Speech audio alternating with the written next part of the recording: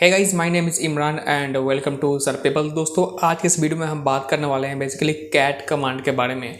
ये हमारे लिनक्स का थर्ड कमांड है। तो चलिए इस कमांड के बारे में हम जानते हैं कि इसका क्या डेफिनेशन है, किस काम में आता है। फिर इसके बाद हम इसका डेमो देखेंगे। तो चलिए वीडियो को शुरू करते हैं। Okay, so what is cat command? The cat command in Linux, basically मैं यहाँ से ले लेता हूँ pen. Okay, the cat command in Linux is used to concatenate and display the contents of one or more text files। तो basically जो cat command है Linux में, इसे हम यूज़ करते हैं concatenate करने के लिए, यानी दो फाइल को जोड़ने के लिए और उसका डिस्प्ले देखने के लिए, उसका रिजल्ट देखने के लिए बेसिकली डिस्प्ले पे, यानी कि हमारे टर्मिनल के ऊपर ही। जैसे कि हम मान लीजिए कोई फाइल बनाते हैं, तो अगर फाइल के अंदर देखना हो कि फाइल के अंदर क्या चीज़ें लिखी हुई है, तो बेसिकली हमें फाइल को ओपन करना पड़ता है। लेकिन कैट कमांड की हेल्प से हम टर्मिनल के ऊपर ही बिना फाइल को किसी एडिटर में ओपन किए हुए हम टर्मिनल पर प्रिंट करके चेक कर सकते हैं कि उस फाइल के अंदर क्या क्या चीज़ें लिखी हुई हैं, और उस आउटपुट को हम फिल्टर कर सकते हैं अलग अलग ऑप्शंस के आधार पे कि हम उस फाइल को किस तरीके से देखना चाहते हैं। वो सिंगल फाइल ही नहीं, वो मल्टीपल फाइल भी हो सकता है। हम एक साथ मल्टीपल फाइल्स को भी देख सकते हैं। Okay, it is often use to view the contents of a single file. जैसा हमने बात किया, सिंगल नहीं मल्टीपल फाइल्स भी हम देख सकते हैं। But it can also be use to combine the contents of multiple files and send the output to the terminal. तो बेसिकली वही बात जो हमने बात करी कि बिना फाइल को ओपन किए हुए किसी टेक्स्ट एडिटर में हम उसको टर्मिनल पे ही प्रिंट कर सकते हैं कैट कमांड की हेल्प से कि किस फाइल के अंदर क्या चीज़ें लिखी हुई हैं, और उसको अलग अलग तरीके से हम यूज़ में लेंगे। जब हम आएंगे डेमो में तो आपको अच्छे समझ में चीज़ें आ जाएंगी। ठीक है, नेक्स्ट आते हैं। फॉर एग्जांपल, एक हमारे पास फाइल है file.txt। तो हम कुछ इस तरीके से कमांड लिखते हैं, कैट फिर फाइल का नाम, would display the contents of file.txt on the terminal. तो बेसिकली टर्मिनल के ऊपर ही हमें इसका आउटपुट देखने को मिल जाता है। You can use cat command to create, append और मैनिपुलेट टेक्स्ट फाइल्स। तो इस कमांड की हेल्प से हम फाइल भी क्रिएट कर सकते हैं। कोई एग्जिस्टिंग फाइल है उसके अंदर डेटा भी हम अपेंड कर सकते हैं और टेक्स्ट को मैनिपुलेट कर सकते हैं, उसे देख सकते हैं, और देखने के बाद हम अलग फाइल में भी स्टोर कर सकते हैं। ओके, तो ये हो गया डेफिनेशन वाला पार्ट। इसके बारे में हम थोड़ा बहुत जान लिया क्या चीज़ें क्या होती हैं। अब हम बात करते हैं बेसिकली इसका डेमो। तो चलिए हम चलते हैं अपनी मशीन की तरफ और देखते हैं इसका डेमो कि इस कमांड के थ्रू हम क्या क्या टास्क परफॉर्म कर सकते हैं। ओके, तो हम उबंटू मशीन के अंदर आ चुके हैं। हम हैं डॉक्यूमेंट्स नाम के डायरेक्टरी के अंदर, और हम यहाँ पे करते हैं ls। अब यहाँ पे आप देख सकते हैं हमारे पास 3 फाइल्स हैं मैंने बना रखी है। एक है blankline.txt, एक file1.txt, दूसरी है file2.txt। ओके, तो हम बेसिकली जब भी हम फाइल को क्रिएट करते हैं, हम तो किसी न किसी एडिटर के थ्रू ही करते हैं, या फिर हमें उसका कंटेंट देखना हो तो हम किसी न किसी एडिटर को ही ओपन करते हैं। जैसे कि नैनो एक एडिटर है, तो लिखते हैं नैनो file1.txt। तो यहाँ से हम टेक्स्ट में एडिटिंग कर सकते हैं और अपना काम कर सकते हैं। लेकिन हमें अगर एडिटिंग नहीं करनी है, हमें सिर्फ कंटेंट देखना है, तो इस टाइम पे हम कैट कमांड का यूज़ कर सकते हैं। कैसे? तो हमें सिर्फ लिखना है कैट फिर फाइल का नाम, तो file1.txt। तो आप देख सकते हैं इसका आउटपुट हमें टर्मिनल पर देखने को मिल गया। हमें इसको टेक्स्ट एडिटर में ओपन करने की ज़रूरत नहीं पड़ी, हमने डायरेक्ट टर्मिनल पे ही इसका आउटपुट देख लिया। जो यहाँ पे नैनो एडिटर है, हमने इसको ओपन किया तो ये फाइल जो है एक एडिटर में ओपन हुई। लेकिन हमें अगर सिर्फ देखना हो तो हम कैट कमांड का यूज़ करके फाइल के अंदर का कंटेंट देख सकते हैं। अब ये तो हुई सिर्फ फाइल का कंटेंट हमने देखा। इसको हम अलग अलग तरीके से मॉडिफिकेशन भी कर सकते हैं। मतलब मॉडिफिकेशन मतलब कि आपके जो मेन फाइल है उसमें किसी भी तरीके का चेंजिंग नहीं होगा, बस जो भी चीज़ें हमें देखने को मिलेगी आउटपुट, वो हमारे टर्मिनल पे ही देखने को मिलेंगी।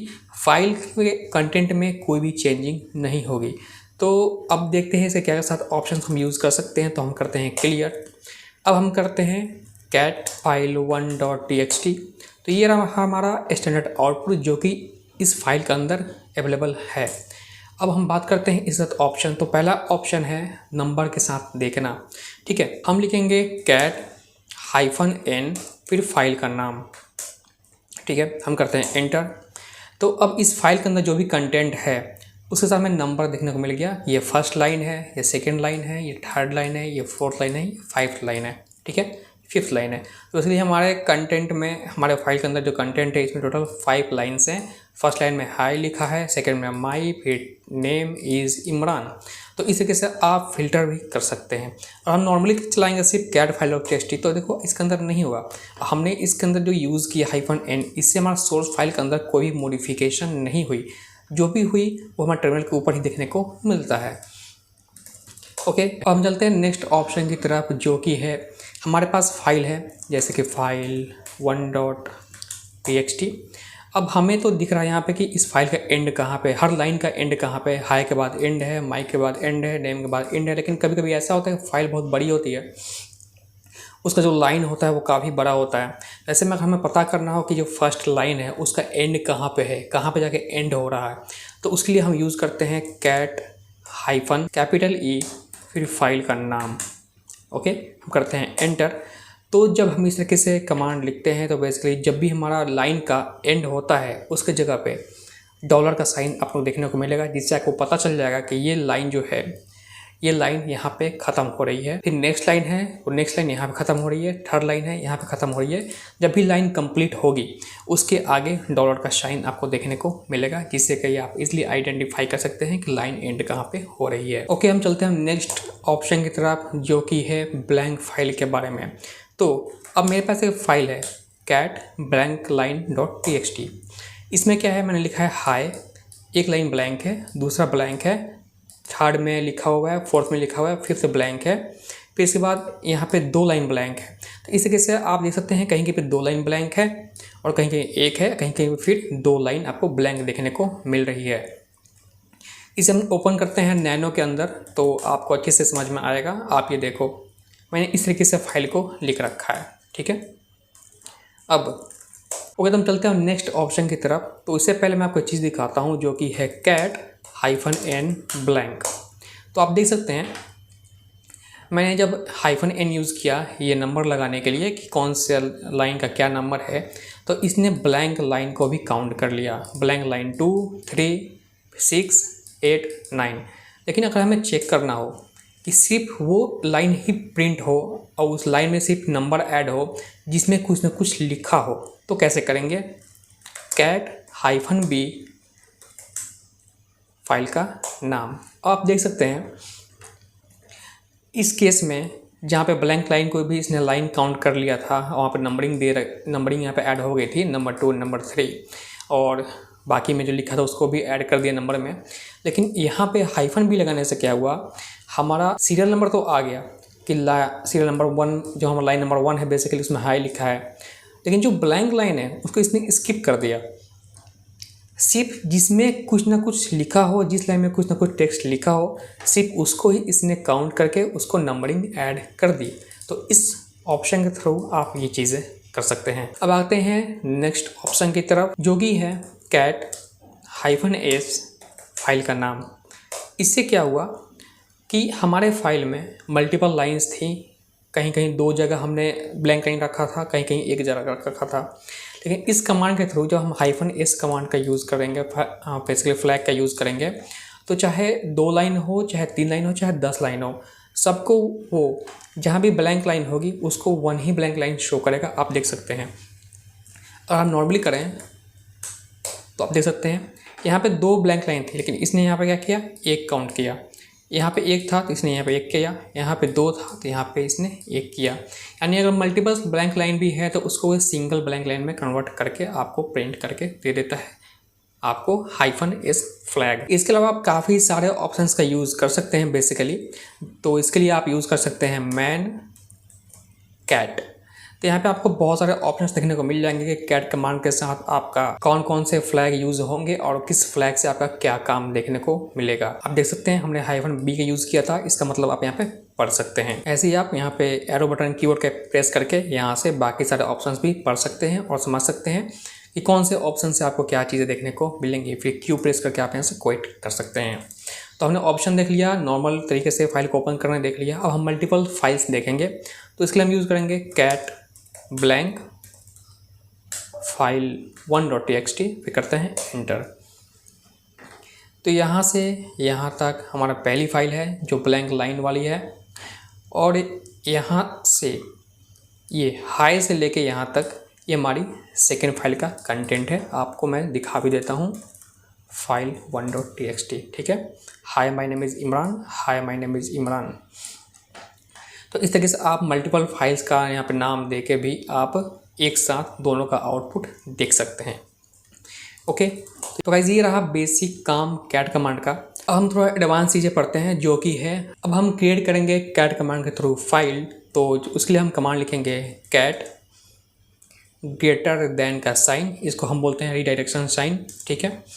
फिर हम इसे लिखेंगे फाइल का नाम, जो फाइल हम क्रिएट करना चाहते हैं, तो imran.txt। ओके, हम करते हैं एंटर। अब यहाँ टर्मिनल पे हमारा जो कर्सर है वो प्रॉम्प्ट करने लगा। यहाँ पर लिखते हैं hi my name is Imran and how are you, फिर करते हैं एंटर। फिर इसे एग्ज़िट करने के लिए हम करते हैं Ctrl+D, D फॉर डॉग, ठीक है। ये सेव हो चुका है, आप एलिस कीजिए। अब यहाँ देखिए imran.txt नाम का फाइल बन चुका है, आप ओपन करके चेक कर लीजिए। तो हमने जो चीज़ यहाँ पे लिखी थी, यहाँ पे आउटपुट यहाँ पे देखने को मिल गया। इस फाइल के अंदर हमने ये चीज़ें एंटर कर दी कैट कमांड के थ्रू। ओके, हम अगर दोबारा यही काम करेंगे कैट imran.txt, फिर लिखेंगे माई नेम, एंटर Ctrl+D। अब चेक करें दोबारा कैट imran.txt, तो पुरानी जो कंटेंट था वो हट चुका है, जो हमने नया ऐड किया वो आ चुका है। तो जब भी आप सिंगल ग्रेटर दैन का साइन यूज़ करेंगे तो बेसिकली जो पुराना कंटेंट होता है, जब आप नया कुछ लिखते हो तो वो ओवरराइट हो जाता है, पुराना ख़त्म हो जाएगा, नया वाला आ जाएगा। तो इससे बचने के लिए हमें इसके अंदर चीज़ें अपेंड करनी पड़ेंगी, ठीक है। जैसे हमने डेफिनेशन में देखा था, अपेंड करने के लिए आपको सिंपल कमांड है कैट। अब यहाँ पे आपको सिंपली डबल ग्रेटर दैन का साइन यूज़ करना है, फिर फाइल का नाम, ठीक है। अब मैं लिखता हूँ this is second entry, Ctrl+D से सेव करते हैं। अब लिखते हैं कैट imran.txt, तो आप देख सकते हैं पहले जो था माय नेम वो भी अभी शो कर रहा है, और जो हमने दोबारा एंट्री किया दिस इज सेकंड एंट्री, ये भी शो कर रहा है। यानी हमारे फाइल में चीज़ें अपेंड हुई हैं, पुरानी वाली अवेलेबल हैं, नई वाली अपेंड हुई है। मैं दोबारा करके दिखाता हूँ। Imran is a teacher, Ctrl+D से सेव कर लेंगे, टर्मिनल को क्लियर कर लेते हैं कैट imran.txt। आप देख सकते हैं हम जो थर्ड बार एंट्री करी वो भी यहाँ पे आ चुकी है फाइल के अंदर। तो जब भी आप डबल ग्रेटर दैन का साइन यूज़ करोगे तो चीज़ें अपेंड होंगी, सिंगल यूज़ करोगे तो चीज़ें ओवरराइट हो जाएंगी, पुराना वाला कंटेंट ख़त्म हो जाएगा, नया वाला आप जो भी लिखोगे वो वहाँ पे ओवरराइट हो जाएगा। अब हम बात करते हैं कि मान लीजिए हमारे पास मल्टीपल फाइल्स हैं, हम चाहते हैं मल्टीपल फाइल्स का कंटेंट को किसी थर्ड फाइल में हम कॉपी कर दें, तो इसलिए क्या कमांड है, तो एलिस का चेक कर लेते हैं। आप देख सकते हैं यहाँ पे फाइल है हमारे पास फाइल 1.txt, फाइल 2.txt, ठीक है। तो हम एक एक करके क्या करते हैं cat file 1.txt, cat file 2.txt, hi my name is Imran, hi my name is Raghav, ठीक है। ये फर्स्ट फाइल का आउटपुट है, ये सेकंड फाइल का आउटपुट है। हम चाहते हैं एक नया फाइल क्रिएट करें फाइल 3 के नाम से, इसमें ये दोनों कंटेंट हमारा सेव हो जाए। तो बहुत इजी है, आप लिखेंगे cat file 1.txt, file 2.txt और ग्रेटर दैन का साइन फाइल 3.txt, करते हैं एंटर। अब क्या हुआ, एलएस करते हैं, फाइल 3.txt नाम का फाइल बन चुका है। इसे कैट करें तो आप देख सकते हैं hi my name is Imran, hi my name is Raghav. दोनों फाइल का जो कंटेंट था फाइल 1 का एंड फाइल 2 का, वो दोनों का कंटेंट अब फाइल 3 के अंदर आ चुका है। तो इस तरीके से आप बेसिकली मल्टीपल फाइल्स को एक सिंगल फाइल में भी कॉपी कर सकते हैं कंटेंट को। आपको ये रीडायरेक्शन का साइन यूज़ करना पड़ेगा और कंसेप्ट बिल्कुल सेम है। सिंगल यूज़ करोगे तो चीज़ें ओवरराइट हो जाएंगी, डबल यूज़ करेंगे तो अपेंड हो जाएगा। तो बाकी का आप प्रैक्टिस कर सकते हैं। ये बेसिक मैंने आपको अच्छे से समझा दिया कि कैट कमांड क्या होता है, इसे क्या क्या चीज़ें कर सकते हैं और रिडायरेक्शन कैसे होता है, फाइल कैसे क्रिएट करते हैं। इसको हम मल्टीपल तरीके से चीज़ों को हम यूज़ में लेते हैं, सिर्फ कैट कमांड के थ्रू नहीं। ये जो रिडायरेक्शन का साइन है बेसिकली ये फाइल क्रिएट करने के लिए हम यूज़ करते हैं। कैसे, मैं आपको एक एग्जांपल दिखाता हूँ। जैसे कि कमांड होती है हिस्ट्री, ये लिनक्स की कमांड है जिसमें हम जो भी कमांड यूज़ करते हैं बेसिकली उसकी हिस्ट्री फाइल बनती है। तो आप देख सकते हैं कितनी सारी फाइल्स हैं। ओके, तो अगर हम चाहें इस फाइल, ये आउटपुट है जो हमारा हिस्ट्री, HISTOR हिस्ट्री, इसका आउटपुट हम किसी फाइल में सेव कर दें तो काफ़ी ईजी है करना। आपको बस लिखना है हिस्ट्री, ठीक है, ग्रेटर देन का साइन history.txt, आप कोई भी नाम ले सकते हैं, करते हैं एंटर, ठीक है, एलएस कीजिए, एक फाइल बन गई, ठीक है, कैट history.txt, इसके अंदर हमने कंटेंट सेव कर लिया। तो जब भी आप लिनक्स पे काम कर रहे हो और आपको कोई आउटपुट आपको टर्मिनल पर दिखता है बेसिकली, और आप चाहते हैं उस आउटपुट को किसी फाइल के अंदर कैप्चर कर लेना, तो आप रिडायरेक्शन का साइन यूज़ कर सकते हैं। सिंगल जो भी रिडायरेक्शन का यूज़ करेंगे बेसिकली सिंगल ग्रेटर देन का साइन, तो चीज़ें ओवरराइट हो जाएगा पुरानी वाली जैसे हमने बताया था अभी, और डबल यूज़ करोगे तो अपेंड हो जाएगा, ठीक है। तो आप रिडायरेक्शन का साइन का भी यूज़ में ले सकते हैं अलग अलग चीज़ के हिसाब से। आप कुछ भी टर्मिनल पर काम करो बेसिकली, जो भी आउटपुट आपको देखने को मिलता है, बस आपको ग्रेटर देन का साइन देके आप किसी फाइल का नाम दे दोगे तो उसका आउटपुट उसके अंदर कैप्चर हो जाएगा, ठीक है।